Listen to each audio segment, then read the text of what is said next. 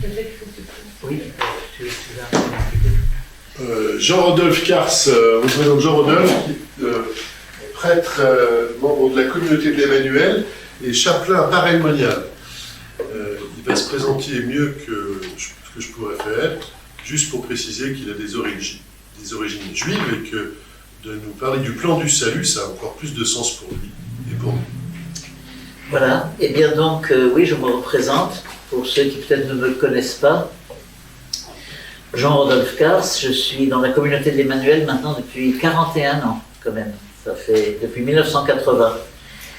Et je suis prêtre depuis bientôt 35 ans. J'ai été ordonné en 1986 à Paray-le-Monial. Et effectivement, comme Olivier vous l'a dit, je viens d'une famille juive. C'était une famille juive non pratiquante, donc je n'ai reçu aucune éducation juive. J'ai eu une conversion très forte à l'âge de 29 ans. J'ai reçu le baptême à l'âge de 30 ans. J'ai été baptisé à la basilique du Sacré-Cœur de Montmartre. Et c'est après, surtout au cours de mes études de théologie que j'ai fait chez les Jésuites à Bruxelles, que j'ai découvert, on peut parler d'une découverte, la vraie signification de mon appartenance juive. J'ai découvert ce que cela signifiait d'être membre de ce peuple dont nous allons parler maintenant dans un instant. Et alors il est vrai qu'à cause de cela, la communauté m'a souvent demandé d'animer des sessions sur Israël et sur l'Église, ou sur ce sujet, ou sur le plan du salut, ou autre. Voilà. Alors nous pouvons maintenant commencer l'enseignement. Alors le plan du salut, pendant les deux enseignements que je vais vous donner, nous allons surtout rester au fondement, c'est-à-dire que nous n'allons pas quitter l'Ancien Testament. Je pense qu'il y aura d'autres enseignements qui plongeront davantage dans le Nouveau Testament. Mais là, en fait, la trajectoire que nous nous proposons de faire, c'est depuis l'appel d'Abraham jusqu'à l'avènement du Christ. Et cela en 2 séances. Alors ce n'est jamais un exercice très facile, il y a tellement de choses à dire, et le temps est forcément un petit peu limité. Alors, le plan du salut.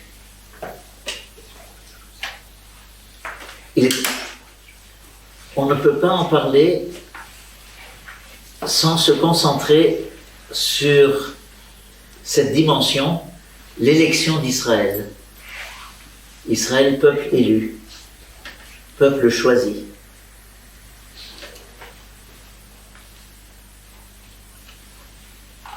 De quoi parlons-nous lorsque nous parlons de l'élection d'Israël, que Dieu a choisi comme son peuple particulier, qui va croître, grandir, se multiplier, et dont le descendant le plus resplendissant, le plus illustre, c'est Jésus, bien sûr, qui est né de ce peuple, né de la Vierge Marie elle-même, donc, fille d'Israël.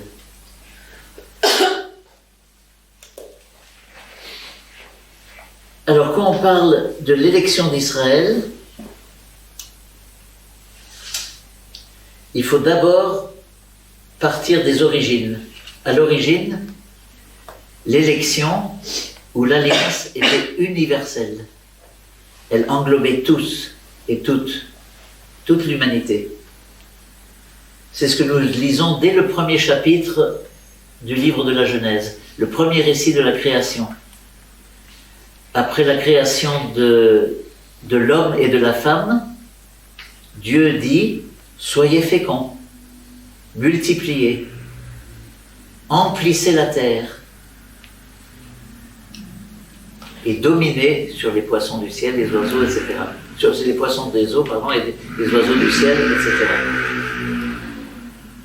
Donc, une vocation, une alliance, une élection immédiatement universelle, pour tous.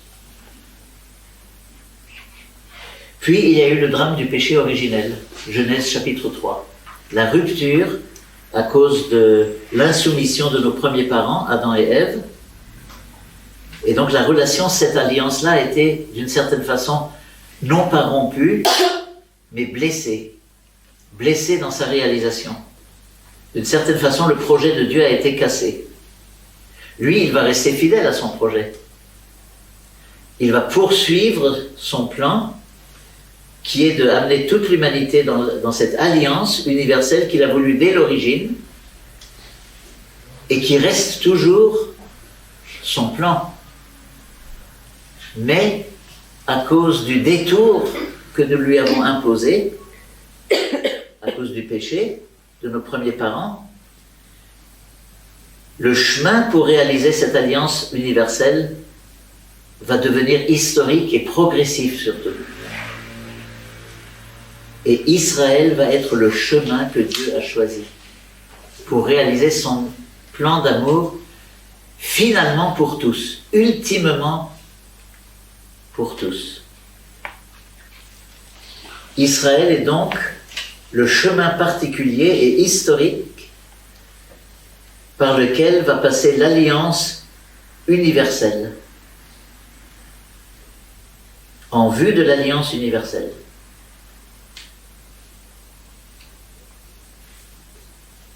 Si je dois prendre une image un petit peu imparfaite, elle n'est pas parfaite, mais c'est une analogie.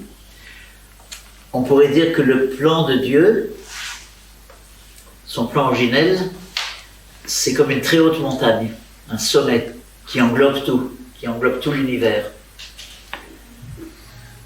Et puis maintenant, de cette montagne coule une source qui va devenir un ruisseau, le ruisseau va devenir rivière, cette rivière va devenir un fleuve. Ça, c'est l'histoire d'Israël, c'est la vocation d'Israël qui traverse, alors symboliquement, toutes les générations, toutes les vallées, la plaine, etc., toute l'histoire, pour finalement se déboucher dans le grand océan qui symbolise l'alliance universelle. Donc c'est ça qu'il faut voir. Là où l'image n'est pas parfaite, c'est que lorsque le fleuve entre dans l'océan, il se dilue, on perd sa trace. Tandis que l'alliance avec Israël demeure éternellement. Et l'alliance universelle avec toutes les autres nations se greffe sur cette alliance première avec Israël. C'est une amplification. Mais l'alliance avec Israël ne disparaît pas. Donc c'est là, en cela que mon analogie n'est peut-être pas tout à fait parfaite. Mais l'image du fleuve est assez parlante. C'est l'histoire d'Israël qui traverse l'histoire universelle, les nations de toutes sortes, etc., pour finalement aboutir à l'océan qui symbolise l'humanité entière enfin réconciliée et unie dans l'alliance universelle voulue dès le départ par Dieu, dès le départ. Donc là, le but et le commencement se rejoignent, mais à travers l'histoire d'Israël.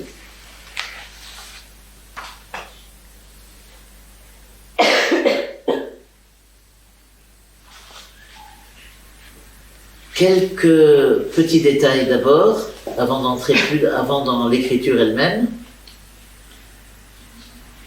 Quand on dit que Dieu a choisi Israël, il ne faut pas imaginer Dieu du haut du ciel qui regarde tous les peuples et qui un beau jour dit c'est celui-ci que je choisis. D'ailleurs j'emploie toujours, quand je fais cet enseignement soit en français soit en anglais, un jeu de mots qui marche dans les deux langues, élection ne signifie pas sélection. Ce n'est pas une sélection. C'est une création. Israël n'existait pas. Et à un moment donné de l'histoire, Dieu l'a créé. Au moment voulu, selon lui. Israël n'existait pas, et c'est une création. L'inauguration d'un monde nouveau. Alors l'accomplissement total de ce monde nouveau, évidemment, il est encore devant nous. C'est le livre de l'Apocalypse, le ciel nouveau, la terre nouvelle, le peuple complètement rassemblé avec Dieu tout en tous, etc. Ça, c'est l'autre bout de la Bible. Mais là, la création d'Israël par Dieu est de manière embryonnaire encore le début de la rédemption, d'un monde nouveau où Dieu intervient.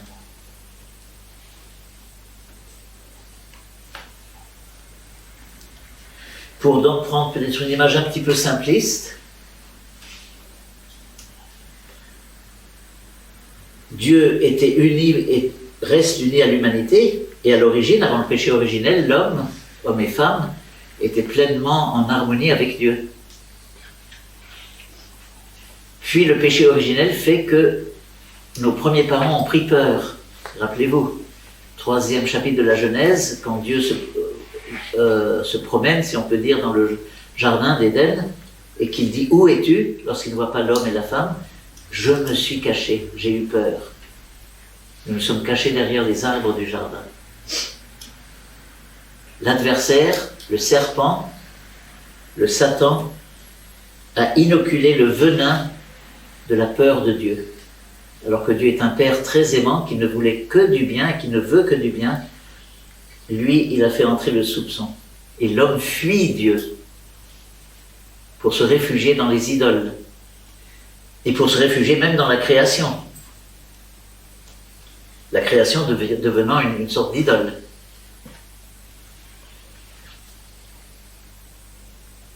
Et alors, donc, Dieu va chercher à se rapprocher de cette humanité, je dirais, effarouchée, qui fuit dans la peur, pour à nouveau l'apprivoiser.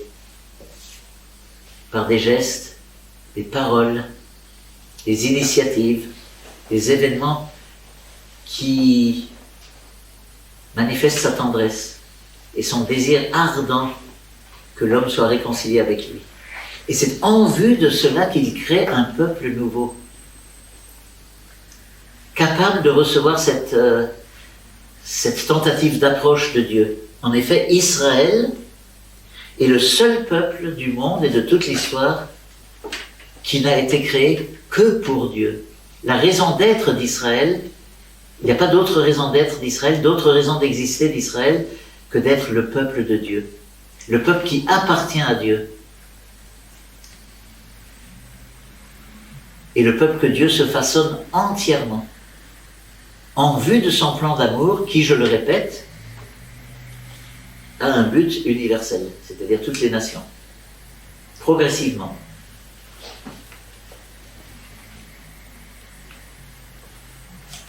Alors c'est ça donc. Et cela revient comme une espèce de leitmotiv, surtout dans le livre du Deutéronome, par exemple, constamment le rappel de l'alliance, où Dieu dit « Vous serez mon peuple, et je serai votre Dieu ». C'est ça la vocation d'Israël. Il n'y en a pas d'autre. Alors ça va se structurer, ça va s'articuler à travers des liturgies, à travers toute une structure même politique, ou autre, plus tard royale, etc. Tout ce qu'on veut, mais Israël n'a pas d'autre raison d'exister que celle d'être le peuple qui appartient à Dieu. Et sans cesse, quand Israël est tenté, et combien de fois c'est arrivé de vouloir plutôt imiter les autres nations et de mettre sa confiance ailleurs qu'en Dieu, Dieu dit, rappelle, voilà, vous êtes le peuple qui appartient à Dieu. Voilà. Vous êtes mon domaine particulier. Tous ces mots que je vous dis là sont dans l'Écriture, surtout dans le livre du Deutéronome, où Dieu s'adresse plus particulièrement à Moïse. Donc retenez bien cela. Alors si maintenant on prend un petit peu en compte l'approximatif calendrier biblique, Abraham, ça remonte à 4000 ans. Au vu de toute l'histoire de l'humanité, c'est comme ça. C'est rien du tout. C'est donc une histoire très récente, cette création d'Israël, et qui commence effectivement par l'appel d'Abraham que nous allons aborder dans un instant. Donc, création d'un peuple nouveau. Semence, donc déjà, d'un monde nouveau. Toute première semence d'une nouvelle terre et d'un nouveau ciel, déjà. Puisqu'il s'agit d'un peuple totalement dépendant de Dieu. Alors que les autres sont encore se fourvoient encore dans toutes les erreurs idolâtriques de toutes sortes, polythéisme, ou toutes sortes d'autres choses. Ils ne connaissent pas Dieu. Ils ne connaissent pas le seul Dieu créateur et rédempteur. Israël, c'est son privilège, est appelé à le connaître. Et Dieu, surtout, va se révéler à lui.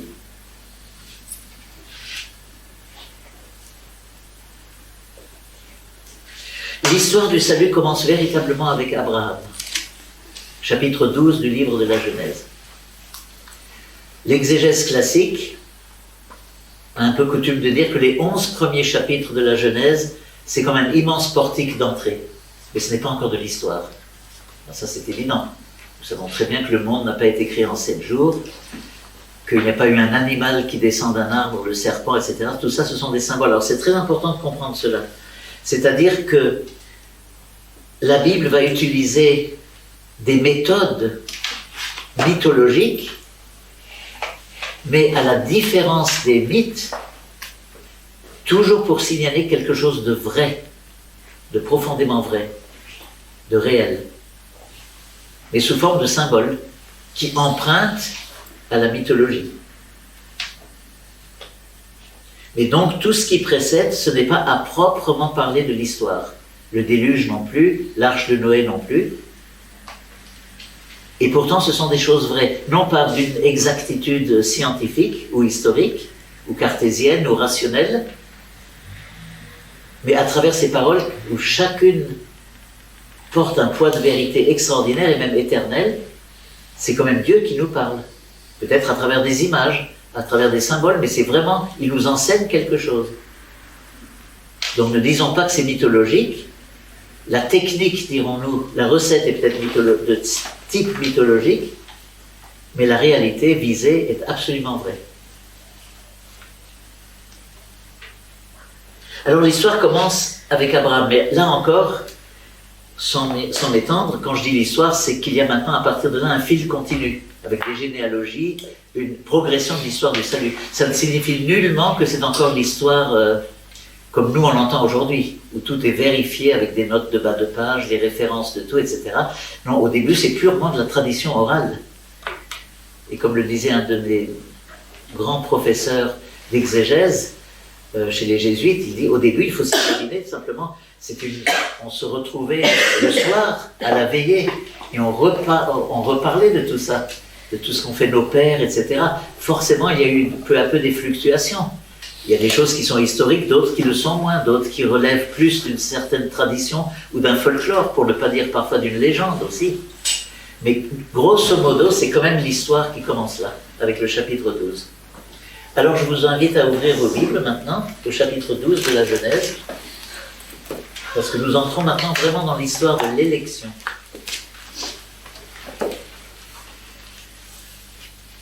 Le Seigneur dit à Abraham, « Quitte ton pays, ta parenté et la maison de ton père, pour le pays que je t'indiquerai. Je ferai de toi un grand peuple, je te bénirai, je magnifierai ton nom, sois une bénédiction. Je bénirai ceux qui te béniront, je réprouverai ceux qui te maudiront. Par toi se béniront tous les clans de la terre. » Dans ces quelques versets, 1 à 3, tout ce que j'ai essayé de vous dire est complètement résumé et synthétisé, totalement. L'histoire du salut dans sa totalité, y compris dans son but ultime. Revoyons ça un petit peu. Alors tout d'abord, commentons un petit peu ces versets. « Quitte ton pays, ta parenté et la maison de ton père, pour le pays que je t'indiquerai. » Alors, le fait de quitter, l'élection est toujours accompagnée d'une séparation. Lorsqu'on veut appartenir à Dieu, il faut quitter le monde, il faut quitter ses habitudes, il faut quitter son environnement. Quitte ta parenté. Pourquoi cela? Parce que, alors, un mot sur le mot saint, la sainteté de Dieu, qui se dit en hébreu kadosh. Et dans la racine du mot, il ne s'agit pas d'abord d'une sainteté morale, il s'agit d'une sainteté de séparation. Ça veut dire que Dieu seul est le complètement séparé. Il est séparé de sa création. Il ne peut pas être confondu avec sa création. Il est le tout autre. Il est le transcendant. Alors que les religiosités, je dirais un petit peu environnantes, hellénistiques ou autres, la création et la divinité sont constamment mélangées. Hein? Chez les Grecs, il y avait donc le dieu de la mer, dieu des saisons, déesse de je ne sais pas quoi, enfin, le divin et le créé étaient constamment mêlés. Et le créé était totalement pétri de divin. Avec la Bible, non. Il y a une séparation. Alors Dieu n'est pas loin de sa création, il l'a créé, il y est même présent, mais d'une manière transcendante. Il est le tout autre, ça veut dire qu'il est le seul vraiment séparé.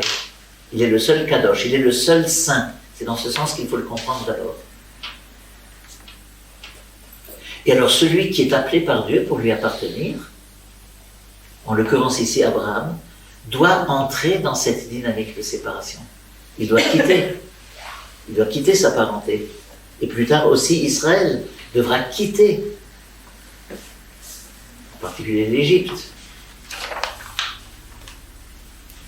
Donc une dynamique de séparation, d'appel pour être avec Dieu, qui lui ne se confond pas avec les nations et avec la création. De toute façon, pour beaucoup d'entre nous, je suis sûr, c'est l'expérience classique d'une conversion. Pour beaucoup d'entre vous, se sont soit convertis, soit reconvertis de façon particulièrement intense à un moment donné de leur vie. Alors vous savez très bien que le Seigneur nous a demandé de renoncer à certaines choses, de quitter certaines habitudes, parfois même un travail, de quitter certaines amitiés, certaines relations, etc. Quitte pour être avec moi et va vers le pays que je t'indiquerai, c'est-à-dire va vers peut-être la communauté ou l'église ou ce lieu de mission où je t'envoie, etc. Donc on connaît bien, c'est profondément spirituel, c'est judéo-chrétien, j'allais dire, la dynamique de séparation.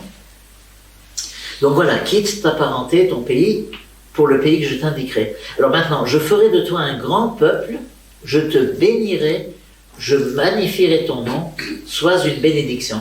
Alors ce grand peuple, c'est la promesse du peuple d'Israël, descendant d'Abraham, effectivement. Ça c'est encore l'Israël selon la chair, si vous voulez. Descendant absolument d'Abraham. Je ferai de toi un grand peuple et tu seras une bénédiction. Et alors ensuite, quand Dieu dit, par toi se béniront tous les clans de la terre, alors là, c'est un coup de projecteur sur l'avenir.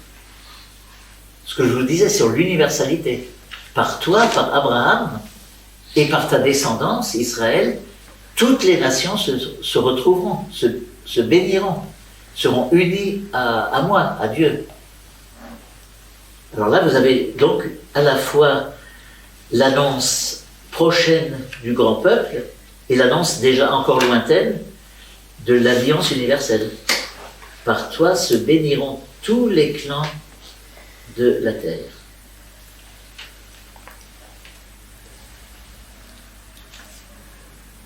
Et alors Jésus, pardon, je voulais parler de Jésus, mais je ferai une parenthèse après. Non, Abraham part comme il lui avait été dit. Il obéit. Premier acte de soumission, qui va peu à peu nous guérir des blessures et des conséquences de la lèpre, de l'insoumission originelle, qui nous poursuit.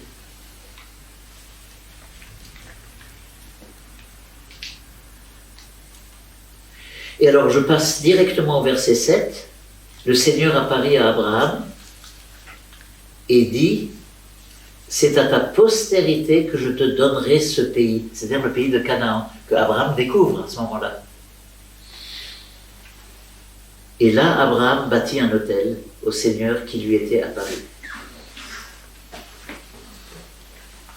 C'est le moment pour moi de parler un petit peu de cette terre qui est promise, inséparable de l'élection. Voilà le pays que je donne à ta postérité. C'est pas pour un temps. D'une certaine façon, c'est pour toujours. Alors tant que ce monde durera, évidemment.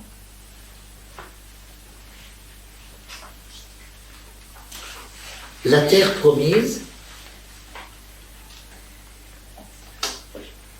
c'est ce qu'on pourrait appeler une sorte de quasi-sacrement pour le peuple d'Israël. Qu'est-ce que c'est qu'un sacrement ? Dans l'Église, le sacrement, c'est un signe visible et tangible d'une réalité invisible. Et pour nous, le plus haut sacrement, c'est la présence réelle dans l'Eucharistie. Et dans la communion, donc aussi le corps et le sang du Christ, dans le pain et le vin, qui eux restent visibles, mais qui ne sont plus du pain et du vin. Donc un sacrement, c'est un signe visible d'une réalité invisible. Pour le peuple hébreu, vous avez noté, je fais quand même une parenthèse parce on est aussi là pour apprendre, vous notez que je ne dis pas encore le peuple juif. Je parle d'Israël, du peuple hébreu. La notion de judaïsme ne vient que beaucoup plus tard après l'exil. C'est le même peuple.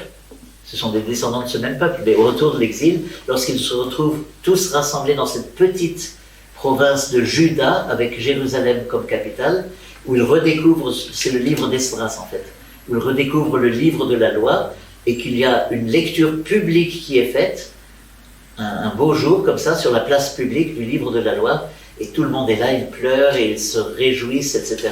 C'est une grande fête, c'est ça la naissance du judaïsme, tout simplement parce que ça se passe en Juda, dans la province de Juda.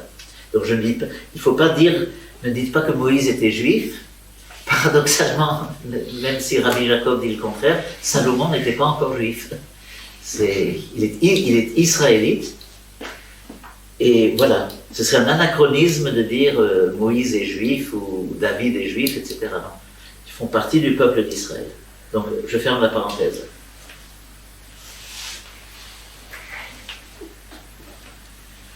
Donc, la possession de la terre pour le peuple hébreu, jusqu'à nos jours, alors de façon extrêmement variée et différente, est comme le signe visible de la fidélité de Dieu à ses promesses. Nous sommes incarnés et le peuple d'Israël est incarné, il a besoin d'un signe visible comme nous avons besoin des sacrements. Le grand sacrement par excellence, évidemment, c'est l'Église d'abord. L'Église qui est le peuple de Dieu, où Dieu habite, où il fait sa présence au milieu de nous.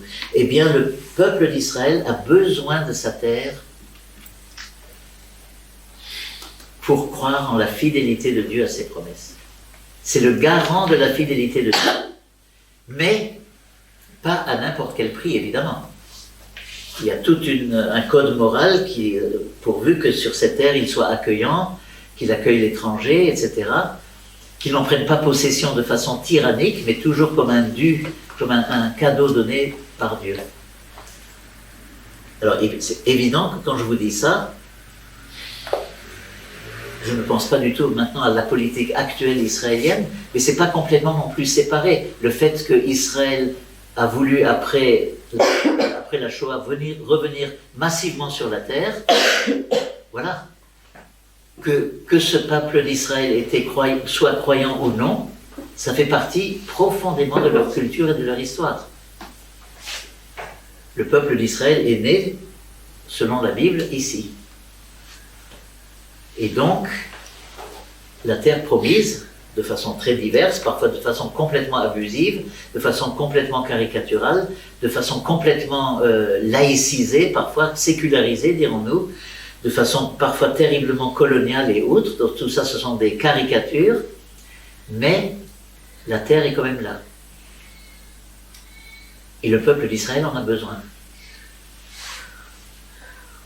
Après l'horrible tragédie de la Shoah, où le peuple a failli vraiment être, en tout cas le peuple européen juif, exterminé, il a fallu trouver d'urgence quelque chose. Alors il y avait déjà les premiers retours de certains juifs qui revenaient en terre, mais alors à un moment, je ne sais pas si c'est les Nations Unies ou l'Europe, ou je ne sais pas quoi, ont proposé pour les rescapés qui sortaient vraiment de l'enfer, on a quelque chose pour vous, on a un vaste espace pour vous, que le pays accepte de vous donner, c'est en Ouganda. Alors ils ont dit, écoutez, vous êtes très gentils, mais nos liens avec l'Ouganda historique, etc., c'est absolument nul. C'est vraiment sur la terre de nos origines que nous voulons revenir. Vous voyez? Donc il y a quelque chose là qui parle profondément au cœur du peuple d'Israël. Et ça, il faut toujours y penser. Sans perdre cependant le regard critique par rapport à toutes les caricatures que je vous ai dites, donc les structures même de péché, mais ce n'est pas tout à fait un colonialisme comme les autres. Parce que d'abord, ce peuple qui a failli être totalement exterminé et qui n'avait plus de terre, depuis la destruction de Jérusalem par Titus, et surtout après la seconde révolte juive, l'exode massif, eh bien, éprouver le besoin de revenir sur cette terre qu'ils considèrent comme être donnée et promise par Dieu. Donc voilà. Alors maintenant, ce qui est très beau, il y a des symboles par rapport à la terre qui sont très belles d'un point de vue théologique. Le peuple, alors, vraiment très croyant, les rabbins, ou certaines traditions rabbiniques disent que justement, la terre d'Israël, c'est un tout petit bout infinitésimal géographique dans lequel Dieu a de nouveau droit de citer. Jusque-là, on avait chassé Dieu, parce qu'on l'avait fui. Il n'avait plus le droit de citer. Les idoles avaient pris la place, la création avait pris toute la place, les passions, etc., les faux dieux. Or, la terre d'Israël est de nouveau un endroit où Dieu peut vivre avec son peuple, et le peuple avec son Dieu. Et c'est pour ça qu'ils disent, et c'est ça qui est très beau, alors c'est idéalisé, parce qu'évidemment ça ne s'est jamais fait, ça ne s'est jamais vu dans l'histoire, sinon, mais les rabbins disent qu'Israël doit être considéré comme un nouvel Éden, un nouveau jardin d'Éden, où de nouveau Dieu collabore avec son peuple, et où le peuple bénit Dieu, le remercie, lui rend grâce, le loue pour tous ses dons, en particulier pour le don de la création. Donc un lieu d'entente, d'harmonie, d'étroite collaboration entre le peuple et Dieu. Donc une toute petite portion de terre qui rappelle les origines, l'Éden. Alors inutile de vous dire que cette vision idyllique n'a jamais eu lieu. Il n'y a pas une génération qui s'est passée sans que Israël ait parfois gravement péché, ou qu'Israël ait été infidèle à l'alliance. Voilà. Donc ça me semblait important de parler de la terre ici, parce que cette terre, elle est ici promise, elle est seulement promise à Abraham. Il n'en prend pas du tout possession. Ensuite, alors là c'est un très grand trait, le descendant d'Abraham, Jacob, va émigrer en Égypte, on y reviendra. Ensuite, Israël va sortir d'Égypte.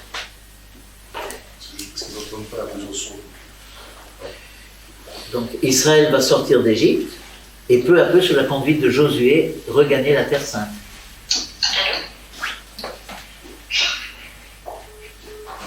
Et donc là, c'est seulement à ce moment-là, sous Josué, qu'Israël prend possession de sa terre. Là oui, sous Josué. Avant, c'est encore la terre promise, annoncée, mais le peuple n'y avait pas encore mis réellement les pieds. C'est à partir de Josué que la terre appartient maintenant au peuple, non sans combat extrêmement sanglant et de toutes sortes. Puis la fameuse prise de Jéricho aussi. C'est le début de l'entrée dans la terre promise, d'une certaine façon.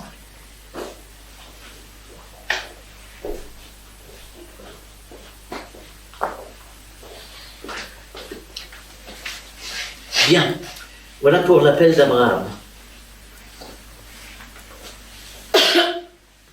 Alors ceux qui n'ont pas, je m'adresse à ceux de Besançon ou peut-être même ceux qui n'ont pas pu entendre le début, je vous rassure, normalement il est prévu pendant le temps de l'Avent, je fasse toute une série pendant 20 ou 25 jours d'enseignements de 5 minutes sur le site de Paray le Monial, où je reprends tout ça.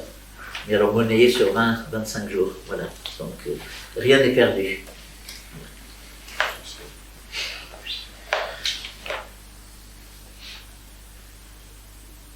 Alors, maintenant nous allons franchir, on va beaucoup parler d'Abraham aujourd'hui. On va peut-être même s'attarder sur Abraham, parce que c'est le fondement. Et c'est là qu'on comprend profondément ce que c'est que le mystère de l'élection. Nous passons directement au au chapitre 15 du livre de la Genèse. Chapitre 15.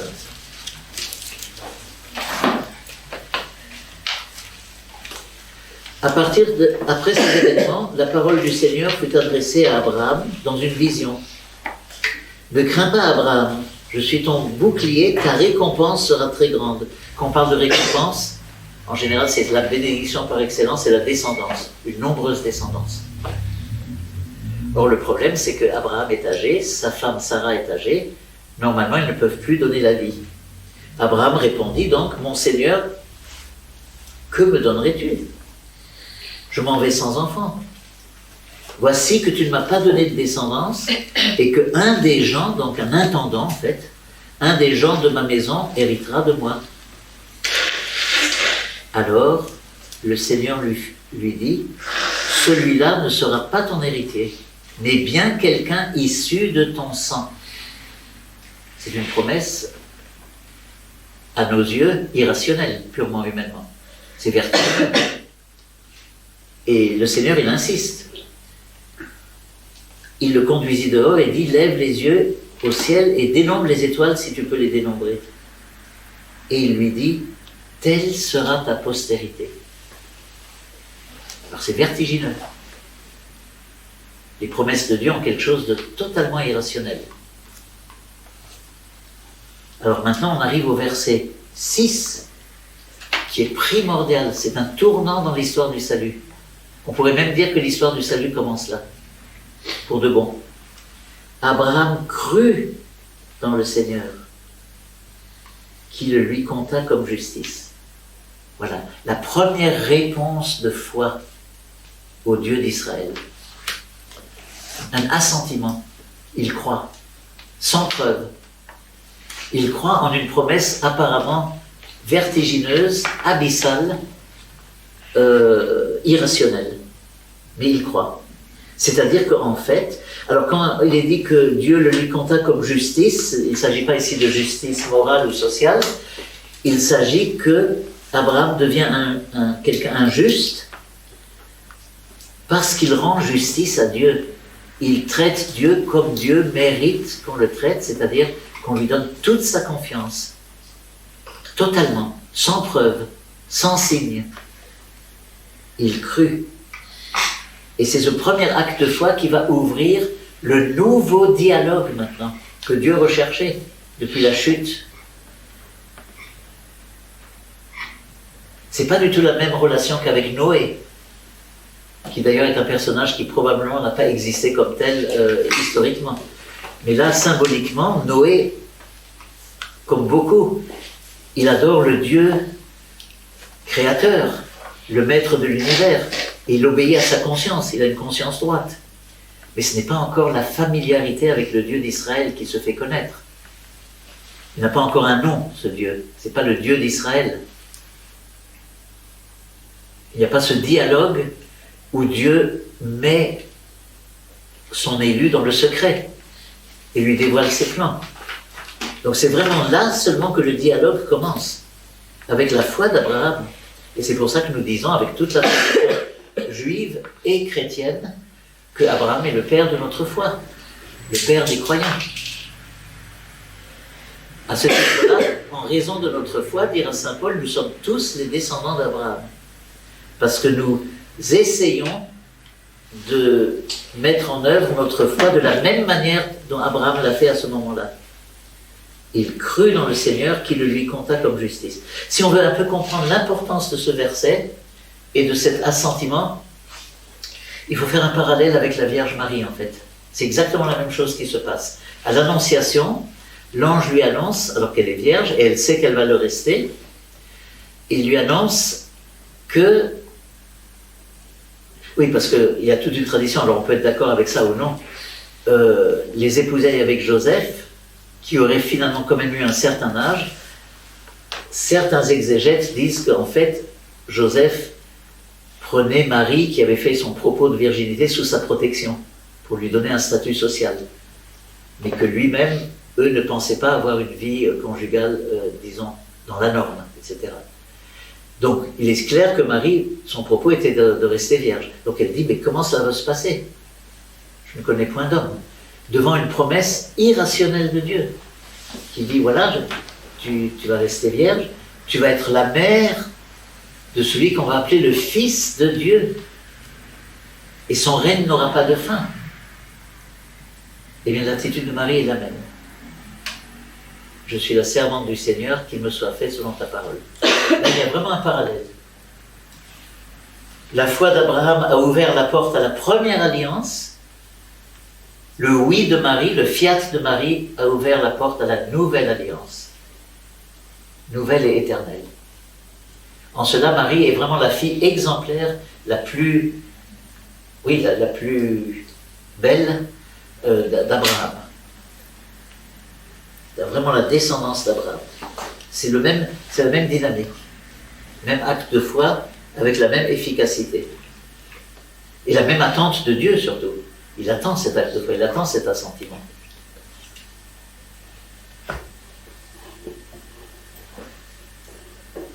Alors donc, voilà une descendance immense et promise à Abraham, comme les étoiles du ciel.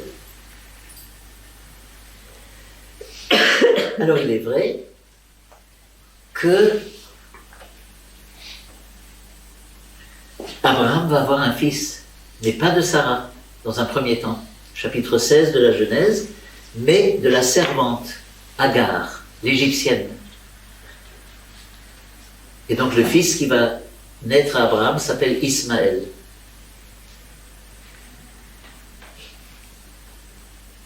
Retenons ça simplement, mais de toute évidence, ce n'est pas Ismaël qui va hériter de la promesse.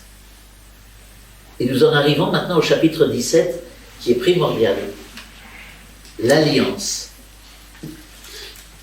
Il va vraiment être scellé à ce moment-là. Tout d'abord, Dieu dit, voilà, c'est un des nombreux noms de Dieu ici, je suis El Shaddai, marche en ma présence, dit-il à Abraham, et sois parfait. J'institue mon alliance entre moi et toi. Je t'accroîtrai extrêmement.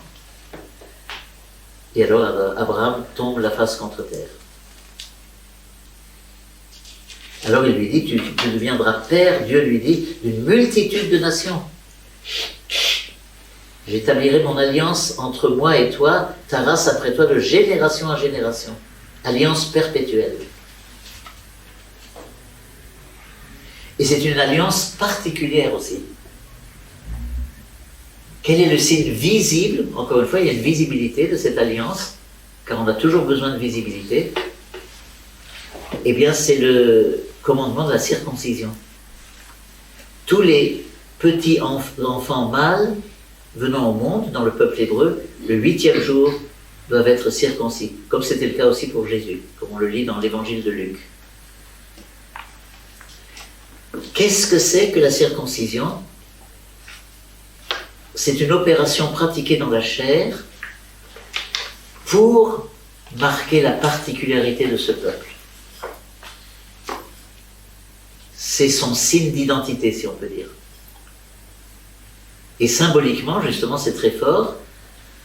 Cette opération est pratiquée justement sur le membre qui donne la vie, qui transmet de génération en génération. Pour dire que toutes les générations appartiennent à cette alliance, sont dépendants de cette alliance. Donc la circoncision.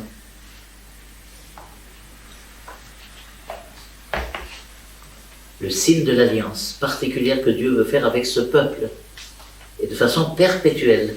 Perpétuelle. Alors ensuite, Dieu, qui n'est pas du tout avare de ses promesses, continue en disant, ta femme Sarah, je la bénirai et même je te donnerai d'elle un fils. Je la bénirai, elle deviendra des nations et des rois de peuples viendront d'elle. Alors là, c'en est un peu trop, on a l'impression.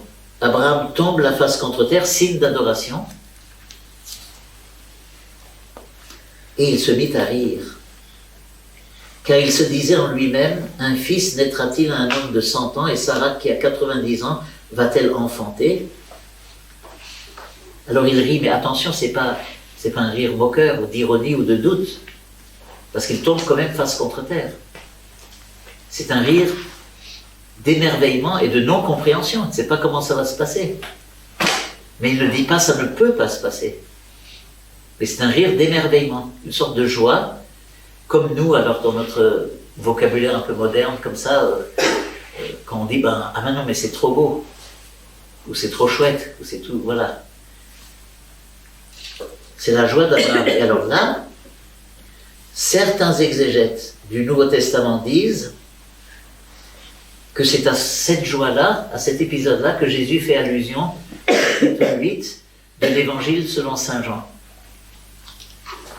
Lorsque Jésus est en but à la polémique avec ses adversaires, avec les autorités juives en particulier, qui se réfèrent eux à Abraham, alors à un moment donné, Jésus dit quelque chose qui est dangereux parce qu'il risque sa vie. Il dit « Abraham a vu mon jour et il s'est réjoui. » Alors évidemment, le peuple là dit « Mais quoi, tu n'as pas 50 ans, tu as vu Abraham ?» Et il ramasse les pierres pour le lapider. Quoi. Là, il devient fou. Quoi. Eh bien, certains disent qu'en fait, c'est ça. Ça fait allusion à ce moment-là, de cette joie, cette sorte d'exultation d'Abraham, qu'il ne peut pas exprimer. Ce qu'il peut exprimer, c'est uniquement sa non-compréhension, et en même temps cet émerveillement dans l'adoration. Il a vu le jour de Jésus. Alors il a donné le nom de Jésus, mais il a vu cette promesse de descendance, justement, dont Dieu vient de lui parler. Aussi à propos de Sarah. Abraham a vu mon jour et il s'est réjoui. Eh bien, nous avons ça ici. Cependant, quand même, Abraham ne veut pas complètement quitter la rationalité. Qu'est-ce qu'il dit à Dieu ? Oh, qu'Ismaël vive devant ta face. C'est une manière de dire, ben voilà, d'accord, j'accepte bien que tu me promettes une descendance, mais voilà, fais-la avec Ismaël. Lui, au moins, il est là. On le voit. Vous connaissez bien cet adage très connu en France, un bon tien vaut mieux que deux tu l'auras. Donc il y a Ismaël et au moins là. Plutôt que de me promettre un descendant par Sarah qui a 90 ans, prends déjà Ismaël. Eh bien non. Dieu reprit, non, mais ta femme Sarah te donnera un fils. Tu l'appelleras Isaac. Et j'établirai mon alliance avec lui, comme une alliance perpétuelle et avec sa descendance après lui.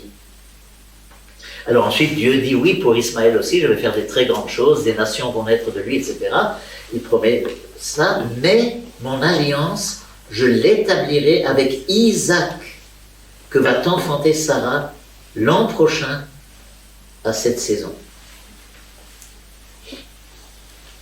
Alors pourquoi est-ce que Dieu agit ainsi ? Pourquoi finalement ne prend-il pas Ismaël ? Ce qui semblerait plus raisonnable, plus simple. Eh bien, pour bien montrer que l'élection, à toutes les étapes de l'histoire d'Israël, l'élection est uniquement suspendue à la seule initiative de Dieu et de sa toute-puissance. Et de sa toute-puissance. Transcendante. Dieu ne peut pas être prisonnier ou limité par des lois, j'allais dire ici donc biologiques, plus tard culturelles, lorsqu'il s'agira de l'aîné et du cadet. Il choisira le cadet, alors que d'habitude c'est l'aîné, qui a un droit sacré. Dieu ne peut pas être sujet ou limité par les lois naturelles de la création qu'il a lui-même créée. Il est transcendant. Et pour bien marquer que l'élection sera toujours une initiative qui vient de lui, et que nous, on ne pourra jamais s'approprier, alors il agit comme ça.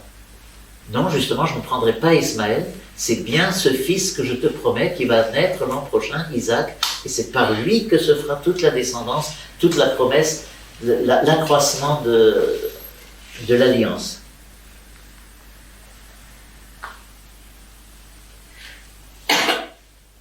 On peut trouver une analogie peut-être un petit peu simpliste.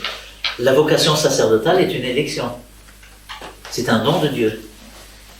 Ce n'est absolument ni à cause de nos mérites, ni à cause de quoi qu'on aurait fait, aucune performance qu'on aurait, etc., ni à cause de nos qualités. C'est un pur don de Dieu, c'est une élection à recevoir tous les jours de manière vierge, comme nouvelle, pure. Si maintenant je la reçois, puis j'entre au séminaire, très bien, et que peu à peu, je m'approprie cette élection en me disant oui, bien j'aimerais bien être dans telle paroisse, avoir tel ministère, être avec tel frère et sœur, si possible, de la communauté, collaborer de cette façon-là, être envoyé dans ce pays-là en mission, la gratuité n'est plus là. Je m'approprie. J'ai le droit d'avoir des désirs, mais l'élection doit garder sa pureté originelle. Si je me l'approprie et que je commence à en être propriétaire et à la gérer moi-même, elle devient frelatée. Et ce n'est plus une élection. Ce n'est plus une grâce. Donc c'est ça. Israël doit apprendre à chaque étape de son histoire que chaque événement qui réactualise ou qui amplifie à chaque fois l'élection sera toujours uniquement viendra uniquement de la pure initiative, de la liberté de Dieu, qui agit quand il veut, comme il veut, à travers qui il veut. C'est ça. C'est ça que nous enseigne ce chapitre 17 de Genèse. Et cette étape particulière de l'élection.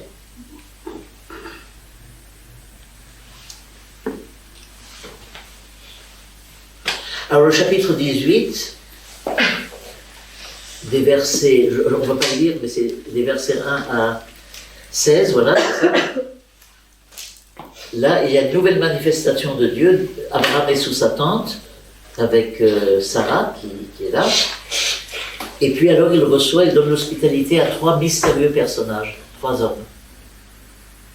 Et pourtant, il s'adresse à un seul. Mon Seigneur, ne passe pas ici sans accepter mon hospitalité. Il s'adresse à un, mais ils sont 3. Alors évidemment, vous voyez bien que toute la tradition chrétienne a vu dans l'hospitalité d'Abraham comme une annonce très lointaine du mystère de la Trinité. Un seul Dieu en 3 personnes. D'ailleurs, la fameuse icône de Roublev, tellement connue sur la Trinité, à l'origine, c'est d'abord l'hospitalité d'Abraham. Ce sont les 3 anges qui viennent.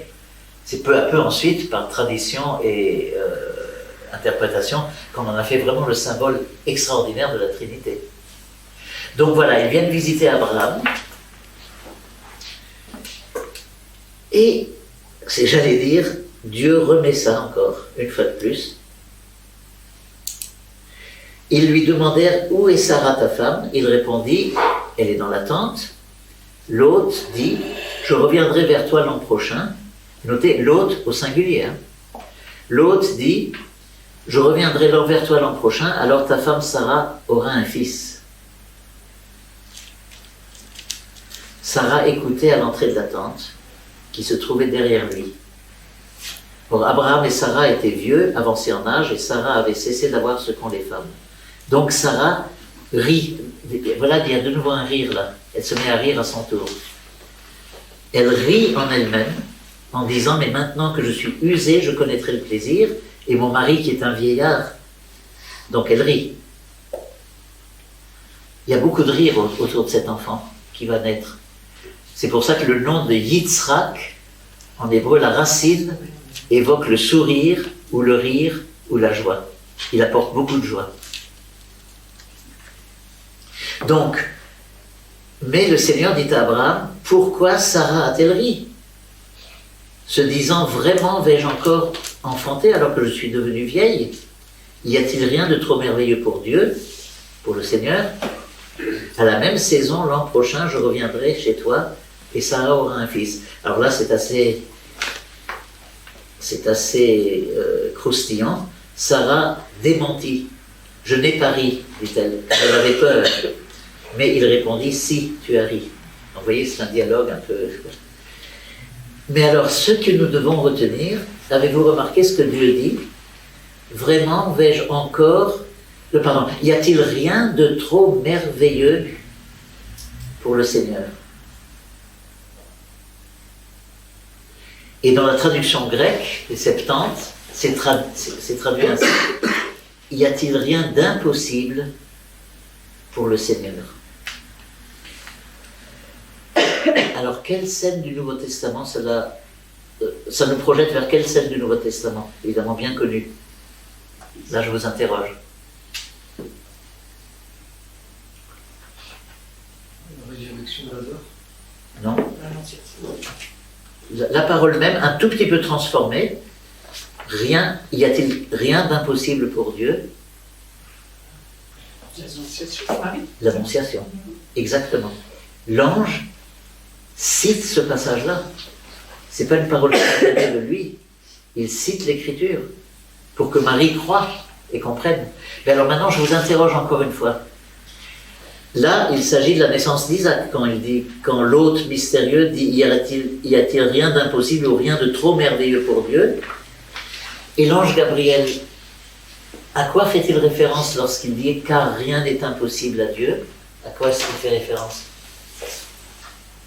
Le fait qu'Élisabeth est enceinte? Exactement. Et non pas à la naissance de Jésus, mais uniquement à ce qui se passe avec Isaac. Parce que c'est à ce moment-là qu'il le dit. Car Élisabeth apparente, qui était stérile, âgée, on reconnaît la condition de Sarah, là. Il y a un parallèle. Maintenant, elle va enfanter et elle en est à son 6e mois, car rien n'est impossible à Dieu. Alors là, Marie comprend. L'histoire se répète là. Ce qui est arrivé naguère à Abraham et Isaac arrive maintenant à Zacharie et à Élisabeth. Elle comprend, grâce à la parole de l'ange, que quelque chose va survenir, non pas d'abord immédiatement avec Jésus, mais d'abord avec le précurseur. Et c'est comme ça qu'elle va aller pleine de joie dans les montagnes de Judée rejoindre sa cousine Élisabeth, la visitation. Donc il faut, n'oubliez jamais de faire ce parallèle entre Genèse 18 et ce verset et la parole de l'ange dans l'Annonciation. C'est primordial pour annoncer justement la naissance de Jean-Baptiste, qui va être une des portes de la nouvelle alliance du coup. Comme Isaac sera un petit peu la porte de la croissance de la première alliance, Jean-Baptiste, par sa prédication, par le baptême au Jourdain, etc., et le baptême de Jésus surtout, va d'une certaine façon être à la source de la croissance de la nouvelle alliance. Donc voilà. Alors maintenant, nous continuons nous restons encore avec Abraham, parce que vous voyez qu'il y a des choses essentielles là qui se font. On passe directement au chapitre 21. La naissance d'Isaac. Alors le Seigneur visita Sarah. Sarah conçut et enfanta un fils à Abraham, déjà vieux, autant que Dieu lui avait dit. Au fils qui lui naquit, enfanté par Sarah, Abraham donna le nom d'Isaac. Alors Abraham circoncit son fils Isaac quand il eut 8 jours, comme Dieu lui avait ordonné. Abraham avait 100 ans lorsque lui naquit son fils Isaac, et Sarah dit, Dieu m'a donné de quoi rire. Elle reprend ça maintenant, elle se souvient qu'elle a ri, qu'Abraham avait ri. Dieu m'a donné de quoi rire, tous ceux qui l'apprendront me souriront. Et voilà. Et elle dit aussi, qui aurait dit à Abraham que Sarah allaiterait des enfants? Car j'ai donné un fils à sa vieillesse. Donc source de grande joie. Alors là, il y a un petit drame qui va se jouer, très, très humain. Mais vous savez que l'élection, justement parce que je vous ai dit qu'elle était de la seule initiative de Dieu et de son bon vouloir, ne sera jamais un fruit de nos mérites. Ce qui va suivre là n'est pas très édifiant. Sarah va piquer une crise de jalousie parce qu'elle voit que Isaac, son fils, joue avec Ismaël, le fils de la servante. C'est pas la même classe sociale, si on peut dire. Et donc elle dit, renvoie donc la servante, il ne faut absolument pas que le fils de la servante hérite avec mon fils, avec Isaac. Et c'est une crise de jalousie. Alors Abraham, lui, se met en colère. Cette parole déplut beaucoup à Abraham à propos de son fils, donc il se met en colère contre sa femme. Il dit, qu'est-ce qui te prend? Ismaël est mon fils aussi, non, voilà, pas question que je... Mais alors là, Dieu intervient, mais Dieu lui dit, ne te chagrine pas à cause du petit et de ta servante, tout ce que Sarah te demande, accorde-le. Car c'est par Isaac qu'une descendance perpétuera ton nom.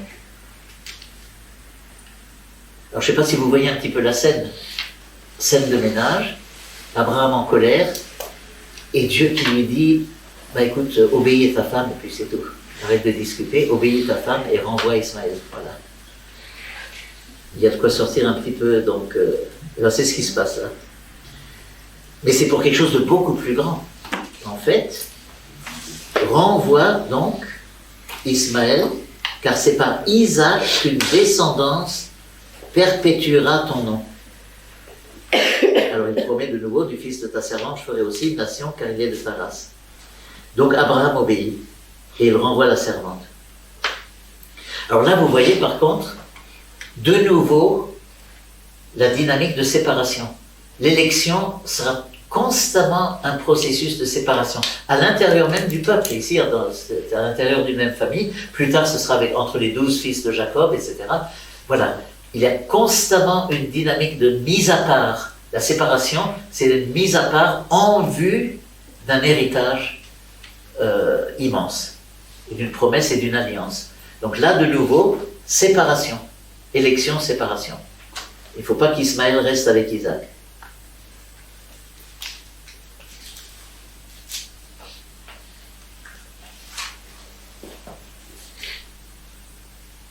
Alors je ne fais que mentionner parce que c'est intéressant, je crois que je n'avais pas fait les années dernières. Juste le chapitre 23, mais juste de quoi il s'agit. Sarah est morte. Et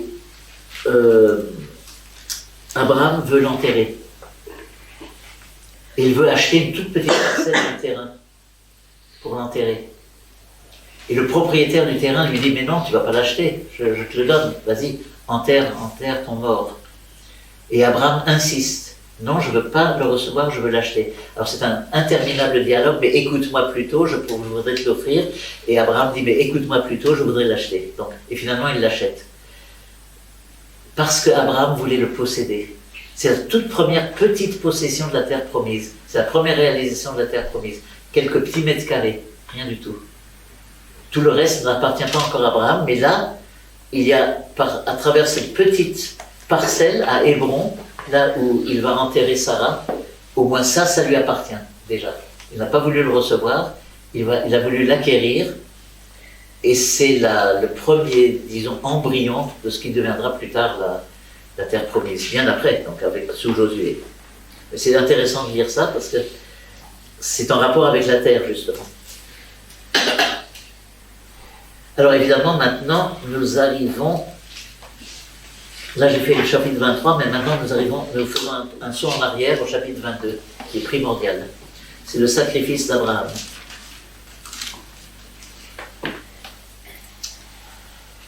Alors, Isaac est enfant, il détient la promesse, en lui, il y a toute l'espérance de l'héritage, toute la descendance, et voilà que Dieu va agir de façon incompréhensible. Après ces événements, il arriva que Dieu éprouva Abraham et lui dit, Abraham, il répondit, me voici. Dieu dit, prends ton fils, ton unique, que tu chéris, Isaac, et va-t'en au pays de Moria, et là tu l'offriras en holocauste sur une montagne que je t'indiquerai. Alors c'est absurde. Isaac, qu'on n'avait pas attendu, qui est une pure promesse de Dieu, de la grâce de Dieu, il est là. C'est par lui que doit passer toute la descendance, et maintenant Dieu demande qu'il soit sacrifié. Eh bien, Abraham ne va pas discuter. Sa foi va jusque là. Il se lève, il scelle son âne et il prend son fils avec lui. Et ils vont vers le mont Moria. Alors il y a toute une exégèse qui dit, ça pourrait paraître terriblement cruel, comme si, alors c'est une exégète qui a dit ça, qui était assez connue, Claire Patier, je crois, oui, c'est ça. Prends ton fils, ton unique, que tu chéris, Isaac. C'est comme si Dieu retournait le couteau dans la plaie. Mais en fait, c'est pas du tout ça qu'il faut dire. C'est comme si Dieu voulait dire, je sais ce que ça va te coûter. Je sais ce que tu ressens. Je sais que tu le chéris. Et alors là, certains disent, alors évidemment c'est une exégèse chrétienne, ça annonce le fait que le Père du ciel va livrer son unique, son fils. Et là, le sacrifice va aller jusqu'au bout. Vous voyez? C'est comme si Dieu disait, je sais, un jour viendra où je ferai la même chose que toi, que je te demande. Voilà. Alors, Abraham va donc aller sur la montagne. Alors, vous connaissez l'histoire. Il a le couteau en main, il est prêt à sacrifier, quand la voix du ciel dit « Abraham, Abraham, non, n'étends pas la main sur ton fils, ton unique, ne lui fais aucun mal, je sais maintenant que tu crains Dieu. » Important de comprendre par rapport à Abraham, dans son cœur, le sacrifice était accompli, il était décidé d'aller jusqu'au bout. Il n'a pas tergiversé, il n'a pas hésité, il avait le couteau en main. Tellement sa foi est grande et l'exégèse du Nouveau Testament analyse cela, surtout dans l'Épître aux Hébreux. Abraham eut foi en Dieu, jusqu'à aller jusqu'à sacrifier son fils, car il savait, espérant contre toute espérance, il savait que Dieu avait la puissance même de ressusciter les morts. Alors c'est une interprétation de l'Épître aux Hébreux, mais c'est pour dire que la foi d'Abraham était intègre et totale. Et il n'a pas reculé là devant ça. Il était prêt à le faire. Alors là, pour bien comprendre ce qui est en jeu avec le sacrifice d'Isaac par Abraham, il nous faut de nouveau faire un parallèle avec la Vierge Marie. Cette fois-ci, Jean 19, le Golgotha.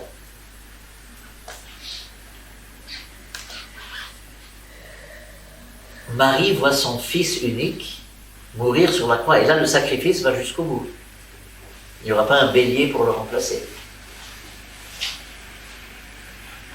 Marie a entendu la promesse de l'ange à l'Annonciation. Le Seigneur Dieu lui donnera le trône de David, son père. Il régnera sur la maison de Jacob et son règne n'aura pas de fin.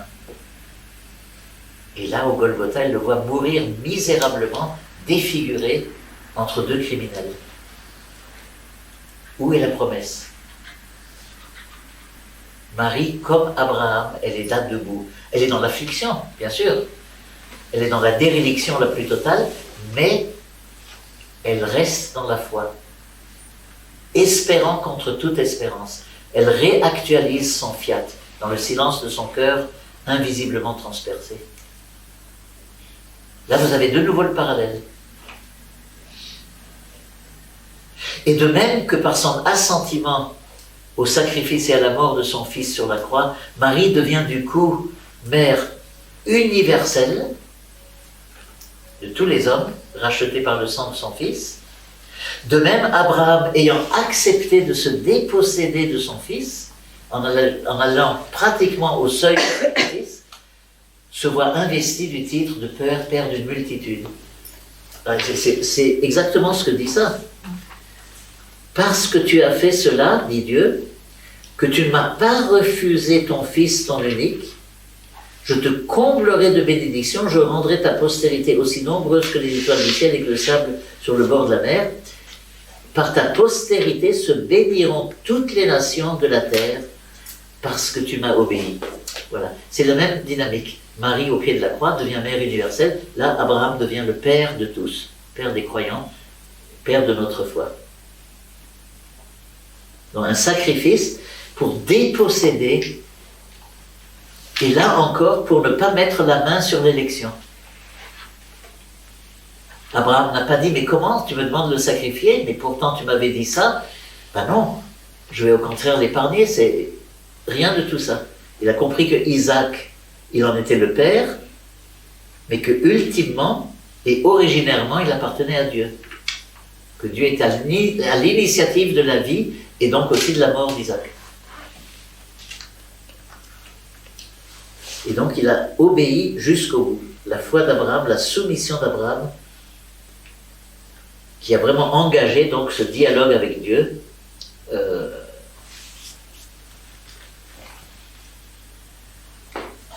pour le salut. Bien. Alors, on va presque prendre congé d'Abraham maintenant, quand même. Avant qu'il meure,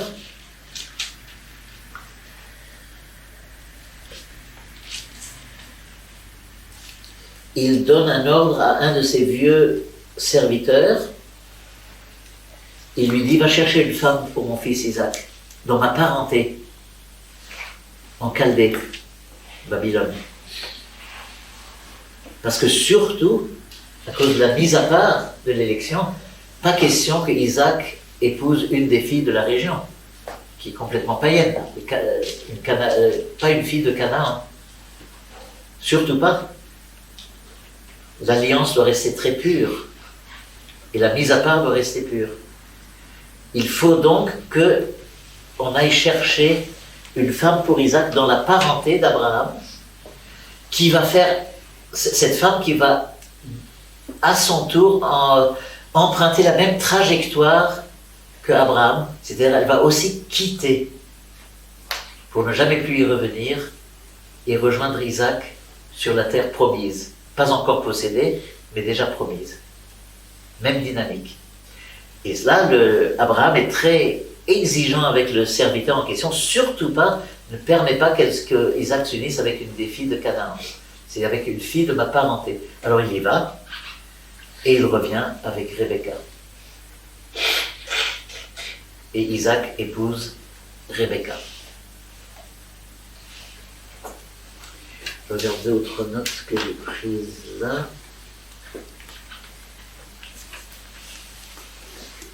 Bien. Alors, oh ben ça va. C'est 1h30 à partir du moment où j'ai vraiment commencé. Hein. Je n'inclus pas toutes les recherches techniques. Là, très bien. Alors donc, Rebecca, alors là un drame de nouveau, un petit peu, à partir du chapitre 25, et surtout à partir du verset, j'arrive pas à lire, c'est trop petit vraiment pour moi, je crois que c'est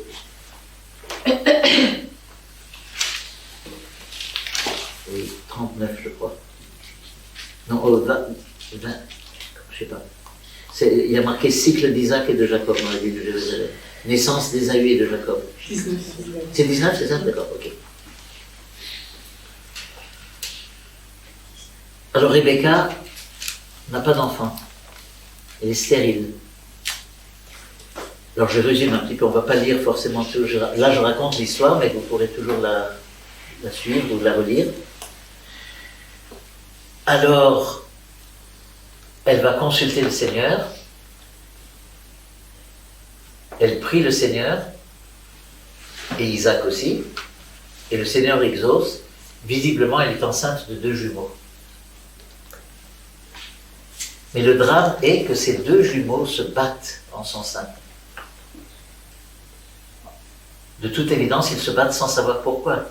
Retenez bien ça, c'est très important par rapport à ce que je vais vous dire après. C'est un combat irrationnel, puisque comme dit saint Paul lui-même, commentant cet épisode, il n'avait pas encore pu ni choisir ni le bien ni le mal à ce stade-là. Il se heurte dans le sein de Rebecca. Et Rebecca est complètement affligée par cela. Elle dit, si c'est comme ça, à quoi bon vivre? Et Dieu lui donne l'explication. Ce combat, c'est que 2 nations se battent en ton sein. 2 nations qui vont vivre une hostilité irréductible. L'aîné servira le cadet. Alors, ils se sont 2 jumeaux, mais il y a forcément un aîné, c'est celui qui vient au monde en premier, puis tout de suite après, le deuxième, c'est le cadet. Là, une fois de plus, il y a une élection, un choix de complètement libre, faisant fi des lois culturelles de l'époque qui voulaient que ce soit l'aîné qui soit vraiment celui qui soit élu, quoi. Qui ait une prérogative, un droit sacré, le droit d'aînesse. Et là, bien Dieu dit, ben non, je décide que cette fois-ci, ce sera le cadet. Et l'aîné servira le cadet. Donc 2 nations sont en ton sein qui se battent. L'aîné servira de cadet. Alors quand ils viennent au monde, le premier qui sort, c'est Ésaü. Il est tout poilu, velu. Et puis tout de suite après, il y a Jacob qui sort, lui, et qui tient le talon de son frère. Alors il y a peut-être une signification théologique, là je n'en sais rien. L'exégèse la plus simple que j'ai entendue, c'est qu'il tient le talon de son frère pour empêcher son frère de continuer à lui donner des coups de pied, parce qu'il n'arrêtait pas de se battre. Voilà. Donc, les deux viennent au monde, l'aîné, puis le cadet. Là maintenant, avec la tradition rabbinique, ou une des traditions rabbiniques, on va voir un petit peu le symbole que discernent les rabbins là-dedans. Ésaü est le symbole des nations païennes. C'est un habile chasseur, un conquérant, qui bat la campagne et qui fait, certains disent, société de consommation, où l'avoir prend le dessus sur l'être. Il balance par-dessus sa tête son droit d'aînesse. Vous connaissez bien sûr cet épisode. Pour un plat de lentilles, société de consommation. Pour avoir plus, parce que j'ai faim et je veux consommer, je bazarde ce qui est le plus sacré en moi, mon droit d'aînesse. Donc il vend son droit d'aînesse. Image ou symbole d'une société de consommation hédoniste et qui ne vit que sur ce qu'elle possède dans l'immédiateté et qui perd le sens du Dieu et du mystère de l'être. Tandis que Jacob, on nous dit que c'était un homme tranquille. Il était doux. Il restait dans la tente. Il ne bougeait pas. Il demeurait dans la tente. Là, on peut peut-être voir, c'est des interprétations très subjectives, ça. Il ne faut pas voir non plus des intentions partout, mais demeurer dans la tente, c'est déjà quelque chose qui rejoint ce verbe demeurer que Saint Jean va si souvent employer. Dieu demeure en nous, nous demeurons en Dieu. Donc, symbole de paix, d'union à Dieu, une sagesse intérieure, etc. Donc il est là très doux, demeurant dans la tente, homme tranquille. Il ne va pas battre la campagne, lui. Alors ce qu'on dit là, c'est pas extrêmement reluisant. Isaac, lui, il préfère Ésaü. Pourquoi? Parce que le gibier que rapporte Ésaü est à son goût, il aime bien se régaler. Tandis que Rebecca, elle, préférait Jacob. Mère, peut-être un petit peu une mère couveuse, quoi, un peu possessive, qui garde son petit chez elle, quoi. Et elle a l'œil sur lui. Donc c'est très humain tout ça. Ça ne vole pas haut finalement. Et pourtant Dieu passe à travers cette plainte humaine justement. À travers l'ordinaire de nos vies. Parfois la mesquinerie même de nos vies. Donc Ésaü, il va céder son droit d'aînesse parce qu'il a faim. Et il le vend sous forme de serment. Visiblement, il va oublier cela plus tard, parce que là va se jouer le drame. Oui, très intéressant, c'est tout à fait à la fin du chapitre 26. Quand Ésaü eut 40 ans, il prit pour femme Yéhudith, fille de Béri, le Hittite, un Hittite, et Basmat, fille d'Élon, le Hittite. Donc deux païens. Et elles furent un sujet d'amertume pour Isaac et pour Rebecca. Il a épousé des païennes. Voilà. Chapitre 27, c'est le grand drame, là. Isaac sent que son heure va venir. Alors il appelle Ésaü, l'aîné, et il dit, je viens que je te bénisse. Comme c'est ton droit comme aîné, et là, Ésaü ne dit rien. Il se garde de dire qu'il a vendu son droit d'aînesse. Mais Isaac dit, va d'abord dans la campagne, apporte-moi un bon gibier, que je me régale, et quand je me serai bien régalé, eh bien, je te bénirai. Or, Rebecca écoute tout ça derrière la porte. Elle est dans la tente, elle entend tout ça, elle surprend les paroles d'Isaac. Ésaü s'en va dans la campagne, vite, elle appelle Jacob et dit, viens, je vais te déguiser en Ésaü, je vais te mettre plein de poils partout, tu vas t'approcher d'Isaac, et c'est sur toi que va venir la bénédiction. C'est toi qui dois être béni. Alors c'est une sacrée ruse. Et pourtant ça entre dans le plan de Dieu. Vous voyez? Finalement, nos détours, etc., finalement, Dieu utilise même des choses pas glorieuses du tout pour réaliser son plan. Alors il en est ainsi. Jacob, déguisé en Ésaü, se présente à Isaac. Alors ça c'est le comble. Isaac lui dit, mais tu es déjà de retour, comme tu as fait vite, mon fils. Retour de la chasse, il pensait que c'était Ésaü. Et alors qu'est-ce que dit Jacob? C'est le comble de l'abomination. Il dit, Dieu m'a été propice, mon père. Voilà, avec un mensonge. Il prend Dieu à témoin pour un mensonge. Dieu ne va pas s'offusquer, mais regardez un petit peu jusqu'où ça peut aller. Pour une fourberie, il va utiliser le nom de Dieu. Alors Isaac n'est pas très fut-fut non plus. Il dit, approche-toi de moi pour que je vois si tu es vraiment mon fils Isaü, parce que... et puis il le touche, il dit, la peau et les poils sont vraiment d'Isaü, mais la voix est celle de mon fils Jacob. Il ne se pose pas plus de questions. Es-tu vraiment mon fils Ésaü? Oui, père, etc. Alors il le bénit. Une longue bénédiction, etc. Et Ésaü arrive juste à ce moment-là. Alors là, c'est le drame. Il lui dit, mais bénis-moi aussi, père, etc. Non, la bénédiction est irréversible. Et c'est ce que Dieu a voulu. Ça s'est passé de façon extrêmement fourbe, pécamineuse, mesquine, tout ce qu'on veut. Rien du tout de glorieux. Et pourtant, Dieu a utilisé cela parce que ça accomplissait son plan. C'est Jacob qui est l'élu, et c'est par lui que doit croître la descendance pour l'alliance. Alors évidemment, Ésaü est furieux et il veut tuer Jacob. Et Jacob s'enfuit. Bien, alors là maintenant, on va aborder justement cette histoire comme symbole de choses importantes. Ésaü, je vous ai dit, pour certains rabbins, représente le monde païen, les nations, et Jacob, évidemment, représente Israël, le peuple élu. Pauvre, nomade, et puis pauvre de caractère aussi, menteur quand il le faut, fourbe, mais c'est le peuple élu.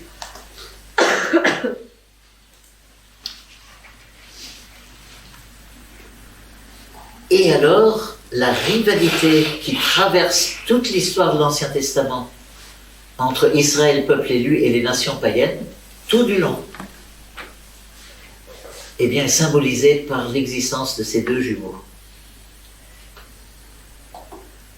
Les rabbins disent que c'est là, non pas la source historique, parce que là, il ne s'agit même pas d'histoire stricte non plus, mais symboliquement, cela nous explique... Pardon, c'est le mien? Symboliquement, cela nous éclaire sur ce qu'est le phénomène de l'antisémitisme. L'antisémitisme n'est pas un racisme classique. Le racisme, tel que nous le comprenons, enfin le racisme brutal est d'ordre...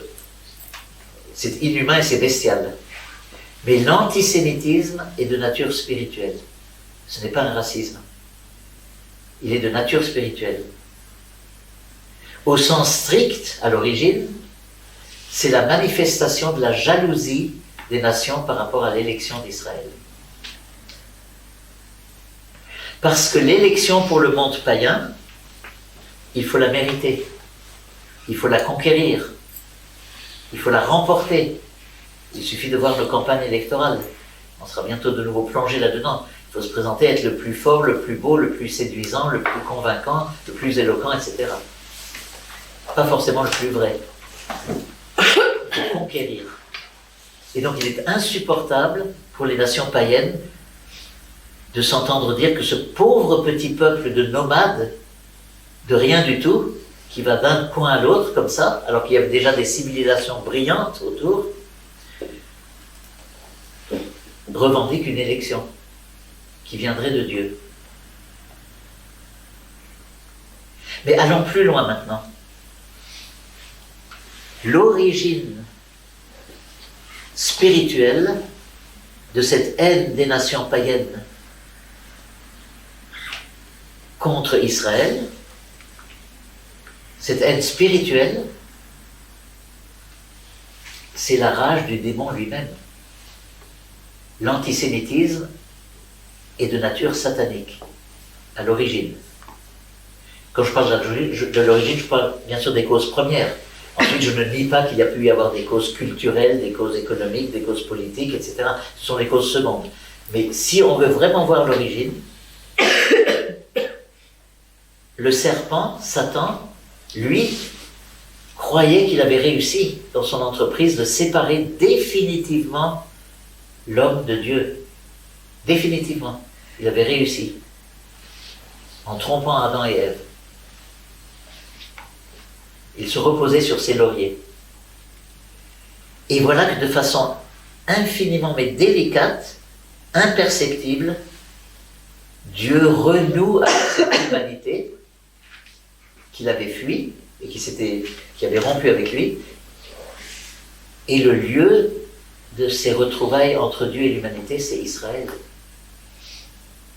Israël, l'élection d'Israël, la création d'Israël, l'initiative de Dieu de créer ce peuple, Israël, c'est l'échec de Satan, qui n'aura pas le dernier mot. Le dernier mot reviendra au salut, inauguré avec Abraham.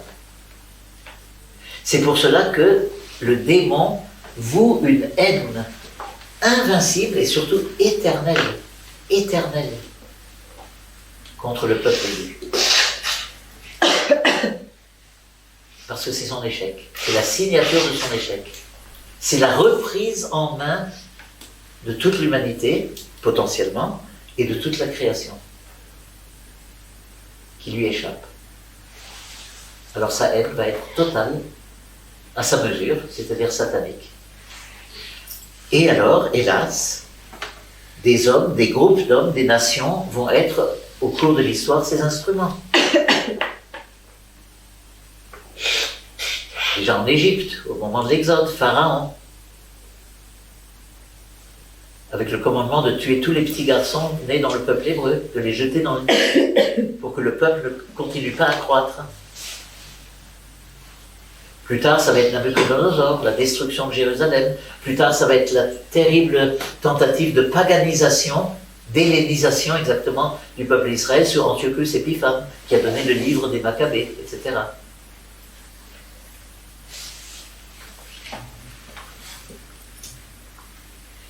Le point culminant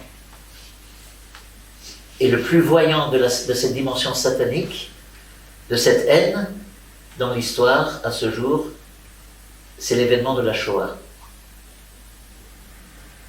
qui est beaucoup plus que l'extermination d'un peuple ou de la mise à mort d'un peuple. C'est la volonté perverse, satanique, parce que le national-socialisme est une pseudo-religion de ténèbres, c'est-à-dire en un mot, voulant chasser de l'horizon de l'histoire humaine le vrai Dieu, le Dieu d'Israël et le Dieu de Jésus-Christ, pour faire accéder un nouveau Dieu sur un trône, voilà, prendre la place de Dieu, et avoir toutes les prérogatives apparemment de Dieu, c'est-à-dire une idéologie qui prétend décider qui est digne de vivre et qui n'est pas digne de vivre, et qui divise l'humanité en plusieurs classes. Le surhomme, quelque chose de totalement utopique, l'homme supérieur, surhomme, le héros, la race pure, aryenne. Le sous-homme, les Slaves, les autres races, uniquement dignes de vivre pour être les serviteurs des autres, des premiers. Et finalement, la troisième catégorie, les non-hommes ou les anti-hommes, qui ne méritent même pas le titre de humain, les juifs et les gens du voyage, exterminés. Il s'agissait donc, pour le national-socialisme, d'éradiquer de la mémoire de l'histoire le Dieu d'Israël et son support principal, originel, Israël. Tant qu'Israël existerait, on se souviendrait du Dieu d'Israël. Donc c'est plus qu'une extermination, il s'agissait de l'anéantissement d'une identité et d'une mémoire. C'est pas simplement 6 millions de juifs dans les chambres à gaz, c'est l'existence même du peuple élu. Voilà. C'est ça qui est extrêmement important. Donc revenons maintenant à Ésaü et à Jacob. Les rabbins disent que donc la haine satanique de l'antisémitisme est complètement irrationnelle. C'est une haine pure, comme ça, irrationnelle. Et cela se traduit par le combat des deux enfants dans le sein de leur mère. C'est un combat qui les dépasse. C'est pas eux qui mènent ce combat. C'est pas Ésaü qui va taper sur Jacob ou Jacob sur Ésaü. Deux nations sont dans ton sein et ils se battent. Parce qu'ils sont le symbole d'un combat immensément plus, qui les transcende complètement. Qui est en fait le combat des ténèbres et de la lumière, du mensonge et de la vérité, de la haine et de l'amour, de la vie et de la mort.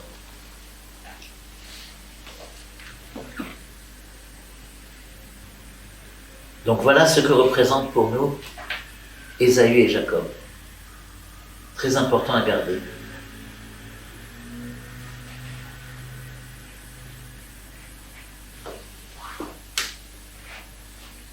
Alors je termine juste comme conclusion en prenant les devants pour que vous ayez quand même une idée un petit peu. On va parcourir la prochaine fois d'autres étapes de l'élection, il y en a qui sont très importantes. Il faudra voir Jacob, les fils de Jacob, puis Moïse, etc., David. J'essaierai de faire ça vraiment dans le temps qui m'est imparti. Mais le tout aboutira bien sûr à Jésus-Christ. Et c'est uniquement en Jésus que l'alliance particulière avec Israël va déboucher sur l'alliance universelle. Et c'est pour ça que Saint Paul dira dans une de ses lettres que Jésus, le Christ, est la vraie descendance d'Abraham. C'est lui la descendance d'Abraham. Parce que par lui, le monde entier devient descendant d'Abraham. Pas seulement l'Israël selon la chair ou selon la loi, mais surtout selon la foi. La foi en Christ nous constitue enfants d'Abraham. Où se réalise cette transformation, cette universalisation de l'alliance faite avec Israël au profit maintenant de toutes les nations? Où exactement?